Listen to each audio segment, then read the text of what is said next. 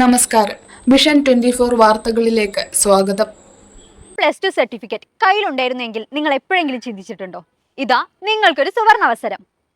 കുറ്റ്യാടി ടാഗോർ അക്കാഡമിയിൽ നിന്നും 6 മാസം കൊണ്ട് നിങ്ങൾക്ക് +2 പാസ്സാകാം. Board of open schooling and skill എഡ്യൂക്കേഷന് കീഴിലുള്ള +2 പഠനത്തിന് ശേഷം കുസാറ്റ്, കണ്ണൂർ യൂണിവേഴ്സിറ്റി തുടങ്ങിയിടങ്ങളിൽ നിങ്ങൾക്ക് തുടർന്ന് പഠിക്കാം. കുറ്റ്യാടി ഗ്രാമപഞ്ചായത്തിലെ ഊരത്ത് പ്രദേശത്ത് വ്യാപകമായ കാട്ടുപന്നി ശല്യം.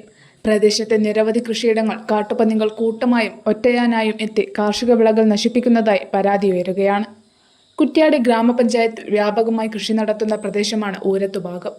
എടോം മീത്തൽ അസ്ഹർ, എടോം മീത്തൽ കരീം, കൊല്ലോറ്റ ഹാജറ, കൊടുമയിൽ ഇബ്രാഹിം, കൊടുമയിൽ ഈസ, കൊല്ലോറ്റ ഫൈസൽ, രാജീവൻ കൊല്ലോറ്റ, അജിത ഇടവൻ താഴ, കല്യാണി ഇടവൻ താഴ തുടങ്ങിയവരുടെയും കുടുംബശ്രീ യൂണിറ്റുകളുടെ നേതൃത്വത്തിൽ നടത്തിവരുന്ന മഞ്ഞൾ, ഇഞ്ചി തുടങ്ങിയ കാർഷിക വിളകളുമാണ് കാട്ടുപന്നികൾ നശിപ്പിച്ചത്.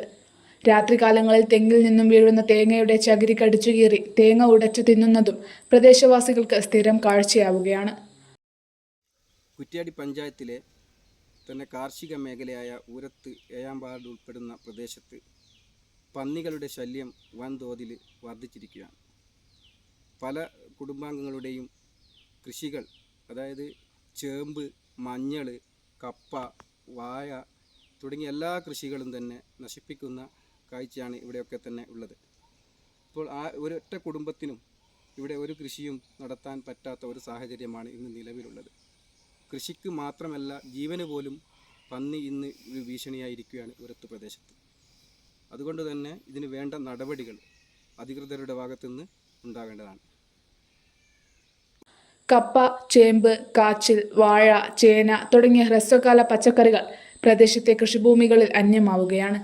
കുലച്ച വാഴകളും തെങ്ങിൻ തൈകളും കമുകിൻ തൈകളും കുത്തിമറിച്ചു കിടക്കുന്നത് പ്രദേശത്തെ കൃഷിഭൂമിയിലെ നിത്യ കാഴ്ചയാണ്. പകൽ സമയങ്ങളിൽ പോലും പന്നികൾ ജനവാസ കേന്ദ്രങ്ങളിൽ ചുറ്റിത്തിരിഞ്ഞ് റോഡിലൂടെ ഇരുചക്ര വാഹനങ്ങളിൽ യാത്ര ചെയ്യാൻ പറ്റാത്ത അവസ്ഥയാണ്.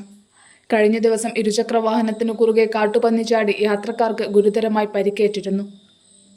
കൂട്ടമായി വരുന്ന കാട്ടുപന്നികളെ എങ്ങനെ നേരിടണം എന്നും തങ്ങളുടെ കൃഷിയിടം എങ്ങനെ സംരക്ഷിക്കണമെന്നും പൊതുപ്രവർത്തകനായ EM അസ്ഹർ പറഞ്ഞു.